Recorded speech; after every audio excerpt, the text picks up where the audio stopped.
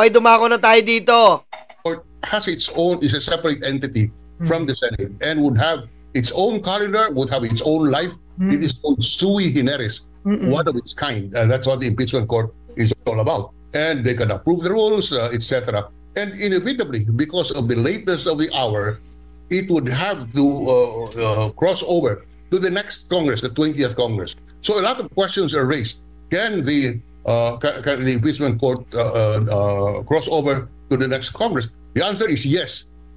We apply the rules with similar rules in the Senate. Example, the Supreme Court. If there are new justices, does the Supreme Court, does it mean that the new justices cannot participate in the... Yun nga eh. Yun ang hindi natin maintindihan. Tama si Papa. Kamukha ng Papa ko yan eh. Diba? Tama si Drilon. Diba? Bakit? Tandaan nyo, hindi po sila senador. Jury sila, hukom. Oh. Magta-transform sila in dalawang katauhan nila, legislator at jury sa impeachment. So, sabi ni Drilon, kapag may kaso ka, na wala yung hukom na palitan, laya ka na ba? Hindi. Naghihintay ka ng panibagong hukom, naliliti sa'yo. Ganon din sa impeachment. Oh. Maghihintay ka ng etong panibagong set na mga hukom. Case that comes after they are, or before they were appointed, that came before they were appointed. The Court of Appeals, the same thing. The Court of Appeals, the justices, the terms of the office of the justice, or the retirement date comes differently, but it is a continuing body and therefore can continue hearing the cases which were filed before they assumed office. That is the situation in the Senate and the impeachment court can be applied, or the situation in the Supreme Court and the Court of Appeals can be applied by analogy to the impeachment court. There is nothing in the rules which would prohibit the new members from sitting as senator judges in the 20th Congress. So, in my view, it can continue. Okay, so tagalugin po natin yan para sa mas maraming manonood. Ang sinasabi, kumbaga inihalin tulad nyo ang impeachment court sa pangkaraniwang korte. Tulad ng Court of Appeals, Supreme Court, kapag nagpalit ng huwes, kapag nagpalit ng justice at hindi pa tapos ang kaso, tuloy-tuloy pa rin ang pagdinig ng kaso kahit nagbago na ang huwes. Tama po yan. Dahil yung Supreme Court, yung Court of Appeals at ang impeachment court ay collegial body. Ibig sabihin, hindi lang isa ang nagdedesisyon, kung hindi yung kabuuan ng sa Court Suprema, 11 o 15, yung Court of Appeals, 3, at sa impeachment court ay collegial court yan, 24 na senator judges. At hindi ibig sabihin, dahil nag-expire na ang termino ng ibang senator judge, ay hindi na po pwede ipagpatuloy. Wala pong rason. At ang tungkulin ng Senado sa ating saligang batas ay ipagpatuloy at agad dinggin ang isang impeachment complaint. Okay, so you have lawyers citing Rule 44, Section 123 of the Senate when it comes to unfinished business on all pending matters and proceedings shall terminate upon the expiration of one Congress but may be taken by the succeeding Congress as if presented for the first time. Oh, ano sabi ni Karen? Mag-like kayo! Mamamatay kayo pag di kayo nag-like! Stupidikan.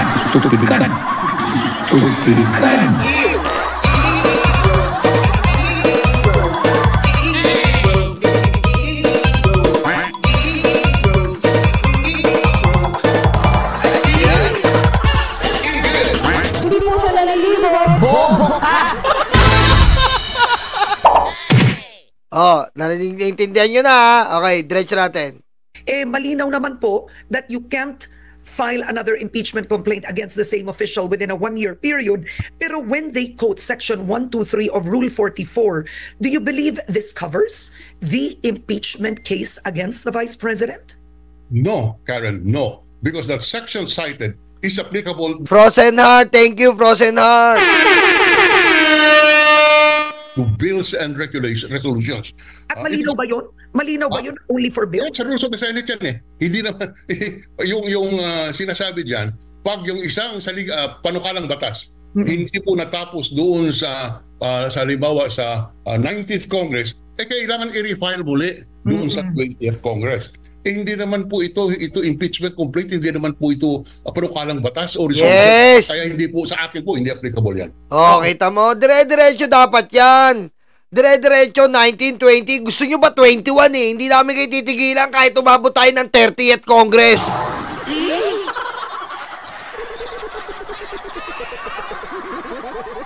Diba? Wala kaming pakialam kahit umabot tayo ng 30th Congress. Ang ingatan nyo lang po, mga senador, ha? Lumabas sa kalsada ang taong bayan.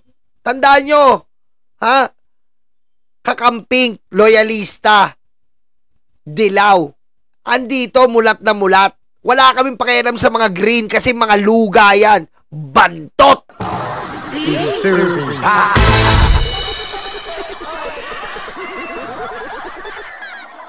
Ha?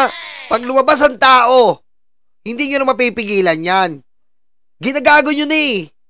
Lantaran ng panggagago na to, Chis Escudero at Duterte Black na mga tanga. Ha? Yun ang iwasan nyo mangyari. At kanina nga, mamaya papakita ko, meron na. At may mangyayari rin po, mga vlogger uli, etong week, lalabas na rin. At syempre, ang mga vlogger na yan, mananawagan yan sa mga tao. Sabi ko nga sa inyo, di ba? Gagalitin namin ng mga tao, Chis Escudero at Duterte Black. Gagalitin namin ang mga tao. Kung maaaring gatungan namin yung pagkapikon, pagkagalit nila, gagatungan pa namin. 国家主席习近平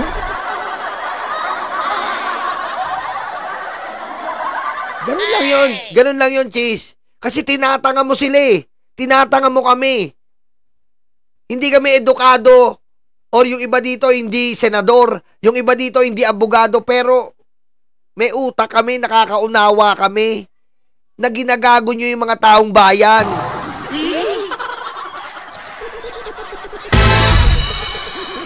Yung pagkakasala nyo, ipapasa nyo pa sa amin. Kayo ang nag-delay, parang kayo pa ang agrabyado. Kayo pa ang tututol. Ang kapal na mukha nyo eh. Kayo ang nagpa-delay tapos sa iba nyo isisisi.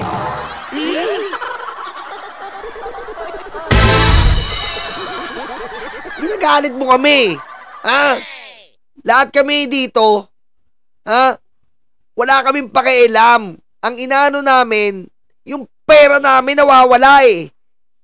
Okay lang sana kung sumasagot yung akusado eh. Ayaw sumagot. Tapos i-deny nyo. Nasaan ang pera? Ha? Ang gusto nyo hindi na pasagutin. Ang gusto nyo itumba yung impeachment. Nasaan ang pera namin? Nasaan ang pera namin? Anong gagawin nyo? O kami naman ang magagalit ngayon. Kung hindi kami magbayad ng tax, syempre kulong kami agad. Nasaan ang equality? Kasi yung milyon-milyon, hindi kayo nagagalit eh. Puta kami, magkano lang ang tax namin? Pag hindi kami nakabayad ng business permit na 5,000, sandamakmak na kahiyan na kami. Pinapasarado nyo na kami. Ngayon, ito, milyon-milyon. Babasura nyo. Taran.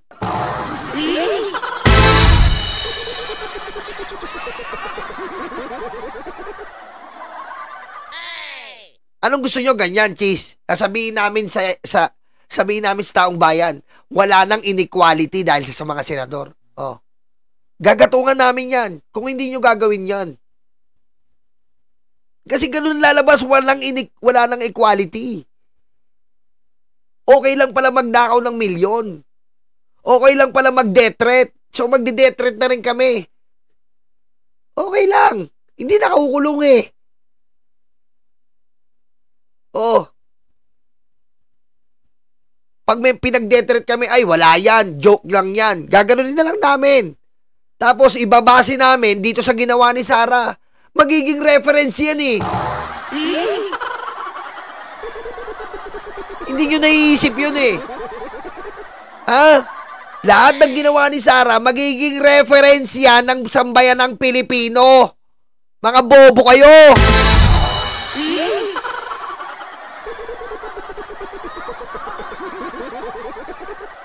Magiging norm. Magiging normalize yan. Magiging normal. Mga bobo!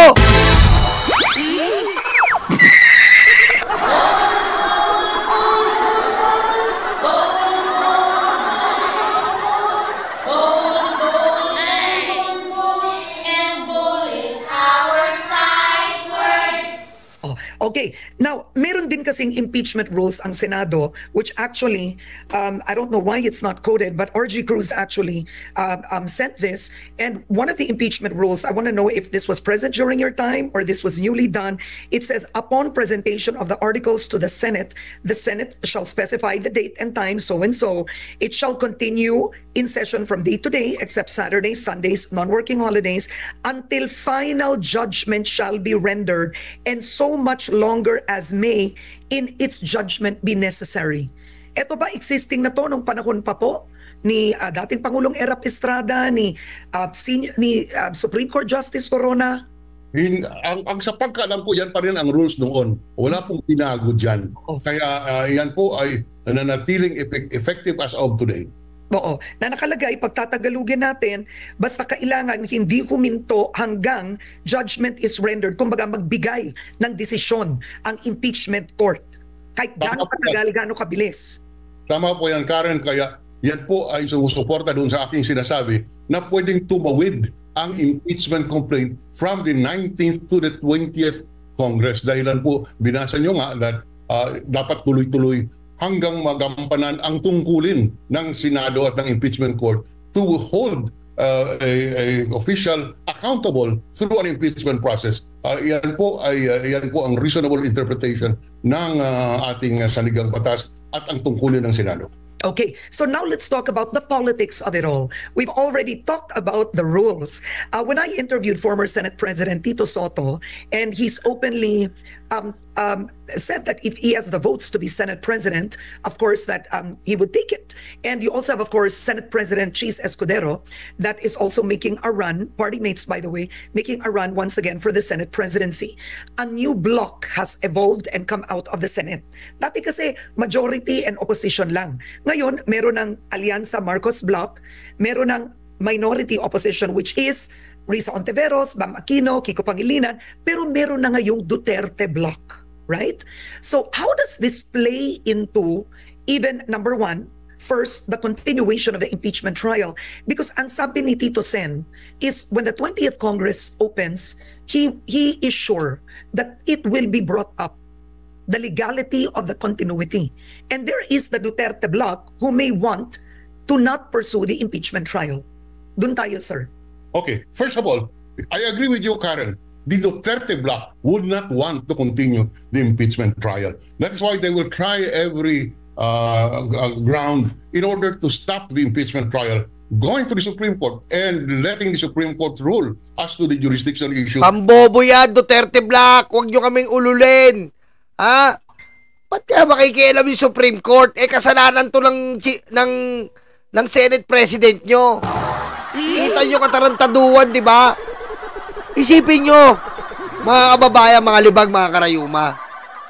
Tayo ba ang nagsabi na i-extend? Hindi. Noong February, nung pagkatapos silang pirmahan to, sino ang nag-adjourn? Joel Villanueva. Nandun na yung impeachment no February 5. Anong ginawa nila?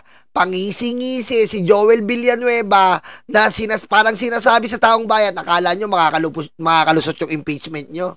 Akala nyo lang yon. Tayo ba? Tanungin ko kayo. Tayo ba? Tayo ba? Ang Kongreso ba? Sila ang may kasalanan. Tapos, ang gusto nilang gawin, sila pa ang dumulog sa Korte Suprema. Sira ulo ba kayo?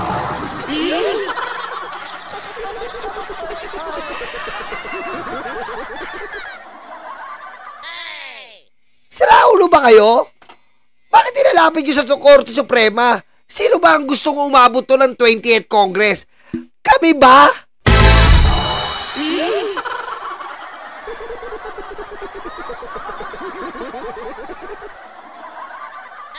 Kami ba? Kami? Ang kasalanan nyo, pagdusahan nyo. Ba't kasalanan nyo, pagdudusahan namin? Ilang buwan lalabas yan sa Korte Suprema? Mababa 6 na buwan. Oh. Ano yan? Anak ng weteng, oh. Kasalanan nyo, papasa nyo sa amin? Pagdudusahan ng taong bayan yung Korte Suprema? Ano to? Kung ganito ang batas natin, pag nakasaksak ka,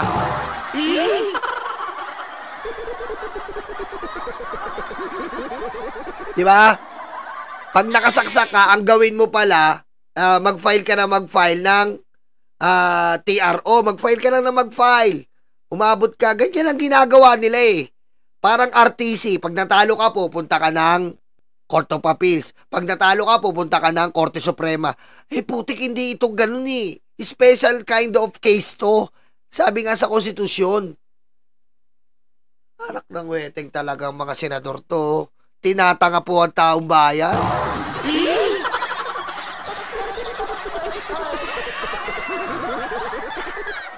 Is perfectly within... May tanong dito, tong Angeline na pokpok. Ayaw ni BBM ng impeachment. Kung sabihin ni BBM, gusto ko ng impeachment, ano mangyayari?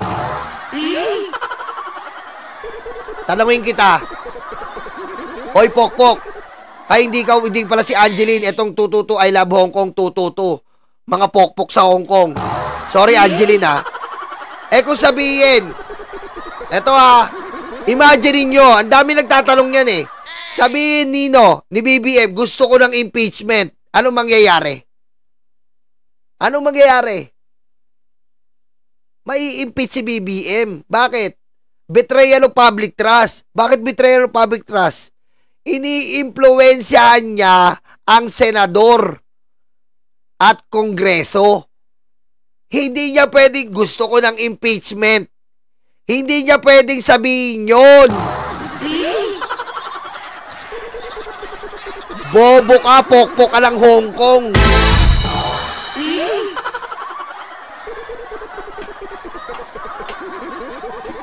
Kapag hawak mo ang kapangyarihan, ikaw ang pinakapangyarihan, hindi ka pwedeng maging baya sa isang panig, pokpok ng Hong Kong. Tandaan mo yan. Hindi mo pwedeng sabihin, gusto ko ng impeachment, nagbias ka na kagad doon. Betrayal ka na kagad ng public trust. Hindi ka kasi nag-iisip, puro ka pakangkang.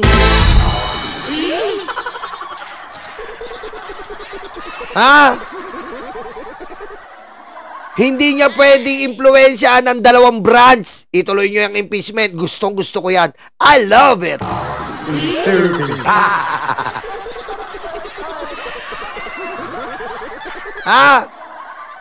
Yan ang napapala mo, kakanood mo. Puro ka pakangkang.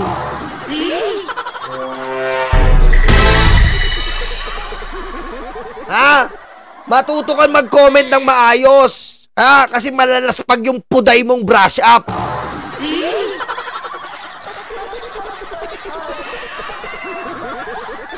Kung nabubuhay ka sa Hong Kong, sa pakangkang, sarilinin mo na lang.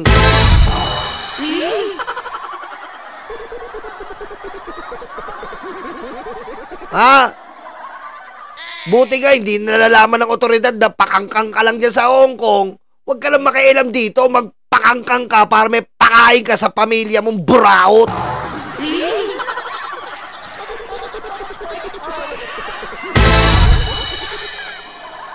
Sabihin ni BBM, I agree with the impeachment. Mag-impeachment tayo, tanggalin si Sara. Putik. Saan makakita ang presidente ganun? Diba? Tanggalin si Sara.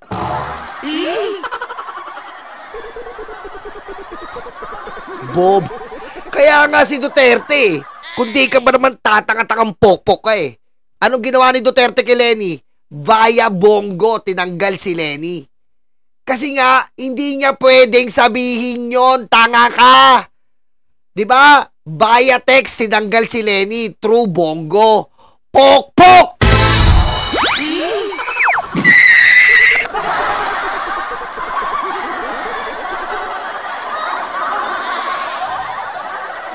Oy, Shell, Koshigue. Thank you. The right of the Duterte bloc. Ang masama lang dyan, yan pong kung anuman ang katotohanan ay itatago po sa isang labanan ng technical, the question of jurisdiction. The question of jurisdiction is a technical matter, and because of the ruling on the jurisdiction, you can prevent the people from knowing and holding accountable certain officials of government when that is a process that is outlined in the Constitution. So the Constitution requires that there be a continued trial until a decision is rendered. Now, of course, jurisdiction is something that must be brought up because of the peculiarity of the situation where we are today. During my time as twice as a senator judge, the impeachment trial was... Ano ba yung move? Alam mo, eto kasi, pinaglalaban natin dito, sagutin na rin natin mag-move on. Wala namang problema sa amin tong impeachment eh.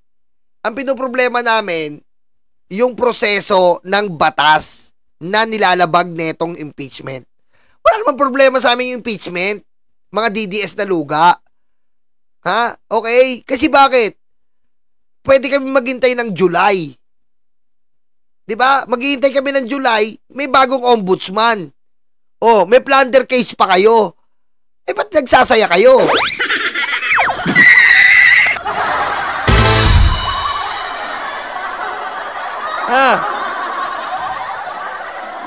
Ini-insist natin tong impeachment dahil sa due process ng batas. Ito ay panawagan ng konstitusyon na pag may impeachment o impeach official, kailangan aakto ng jury ang Senado. Yun ang pinaglalaban natin. Diba? Pero, if ever mawala impeachment, may ombudsman pa tayo eh. May tinatawag na plunder case. Sa mga taong nagluluga ang utak, pauwiin nyo muna si Digong, yung strong leader na nakakulong.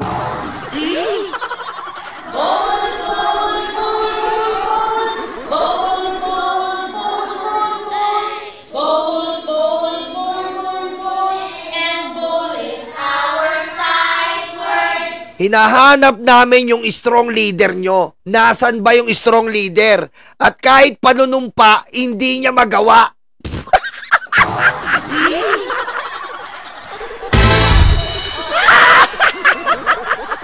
Asan yung strong leader? Kahit panunumpa, hindi magawa, mga tanga.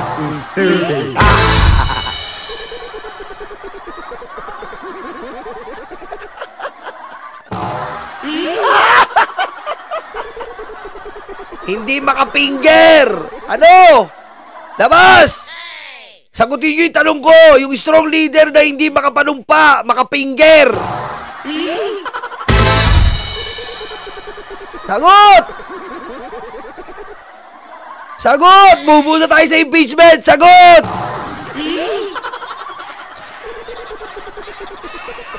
Diba yung strong leader? Dapat strong leader nakakapanumpa. O, asa na? Sagot!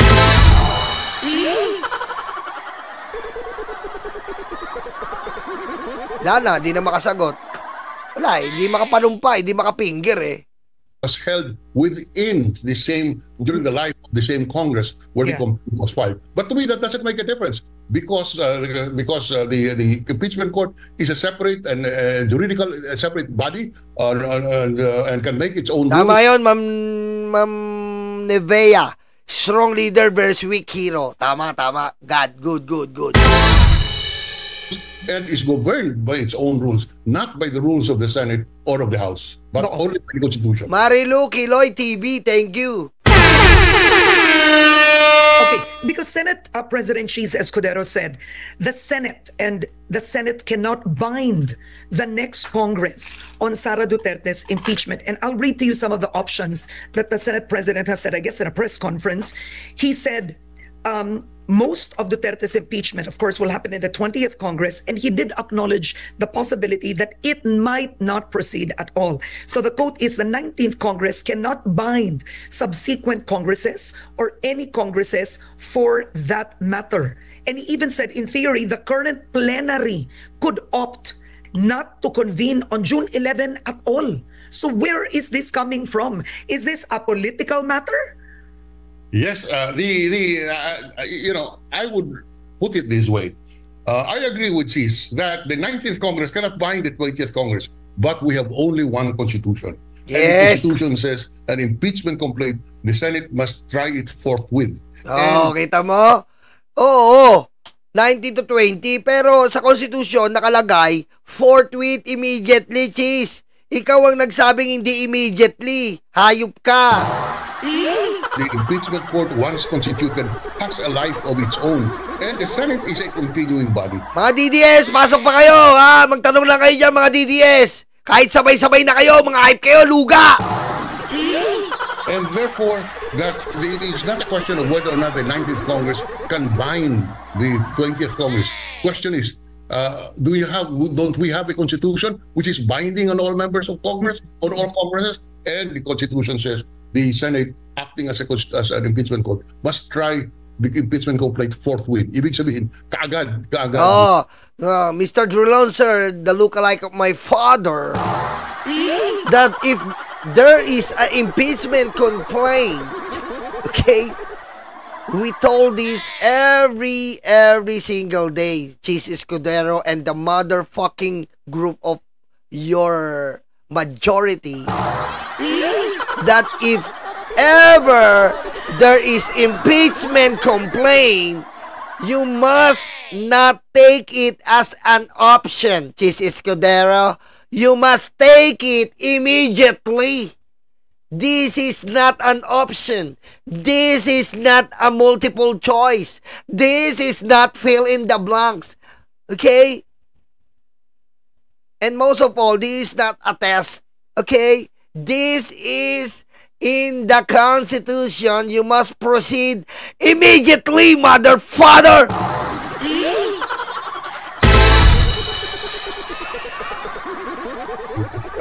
Really teasing. But then there's politics to consider, and that's the reality. No, you've been there for, I mean, how many years, Senator? How many years were you in the Senate? Would it be 50?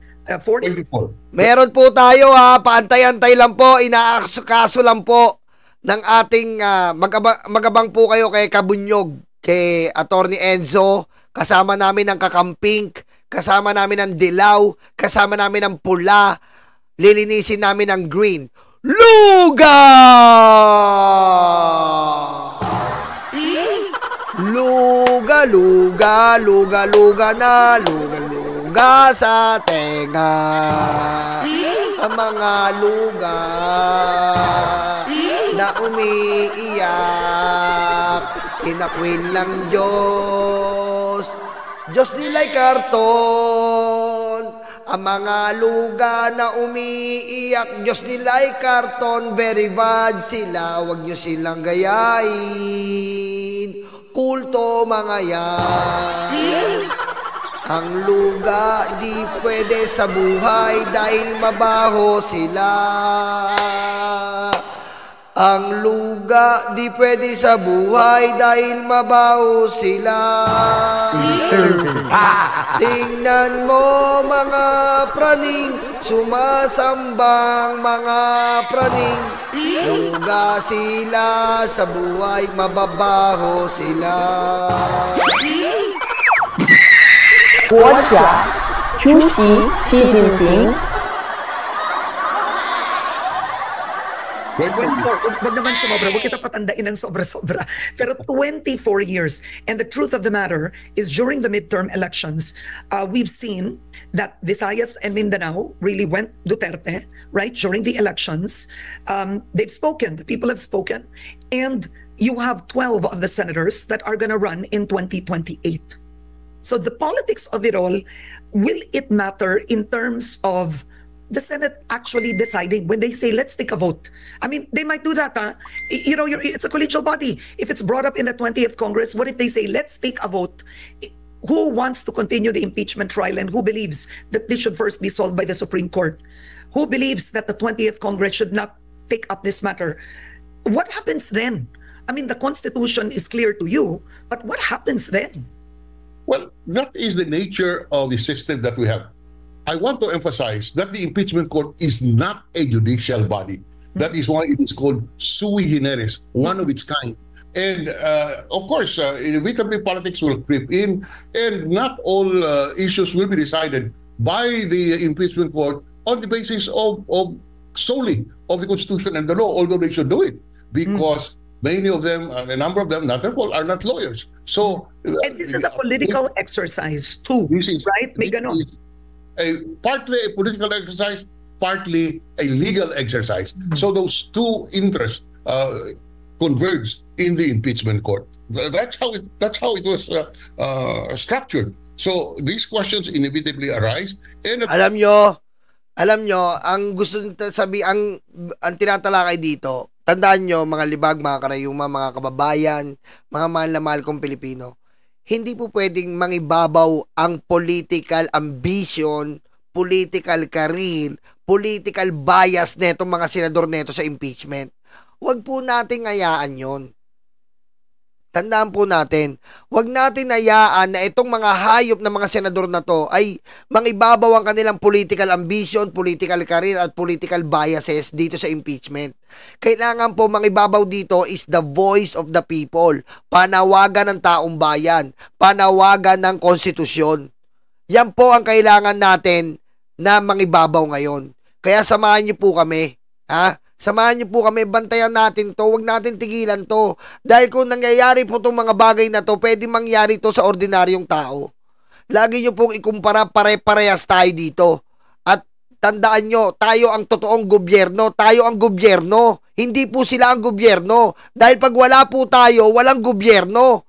Tayo ang dugo na nalalaytay sa gobyerno. Kung wala dugo, mamamatay ang pagkatao ng gobyerno. Sa atin sila kumukuha, sa atin sila lumalakad, sa atin sila nabubuhay.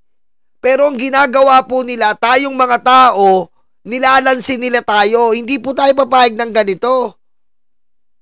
Dahil sa kanilang political biases, political career ambition na leche, hindi po po pwede yun.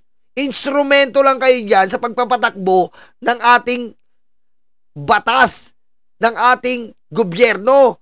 So, ginagawa nyo, nilalansin nyo kami, hindi nyo kami malalansin dito. Kung hindi nyo kaya, umalis kayo. Kung hindi nyo gagampanan, lumayas kayo dyan. Dahil hindi namin iniinsisto, dahil trip-trip lang namin. Hindi po to trip-trip namin. Nakasalalay po dito ang nasasakal sa konstitusyon. Lahat po nang nire-react natin dito, iisa lang ang pinatutunguan, isa lang ang pinatutungkulan. Nasa konstitusyon ito. Anong ginagawa nyo? Bakit nyo ginaganito?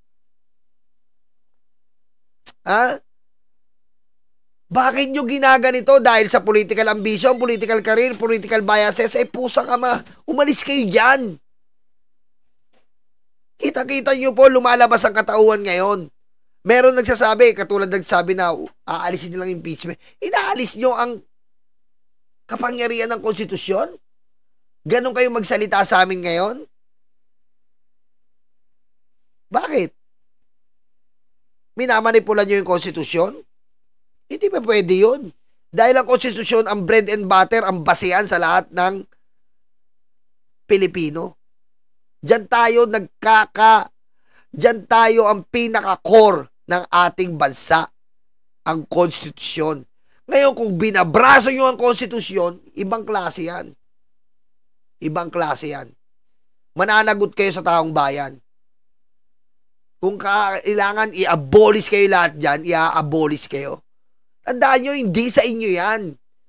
Pinapagamit lang sa inyo yan para maging instrumento kayo. Pero hindi umaasta kayo parang kayo ang dapat masunod. Kapritsyo nyo ang dapat sundin. Ha? Wala kayong prinsipyo, dignidad. Hindi kayo dapat nandyan. Kadiri.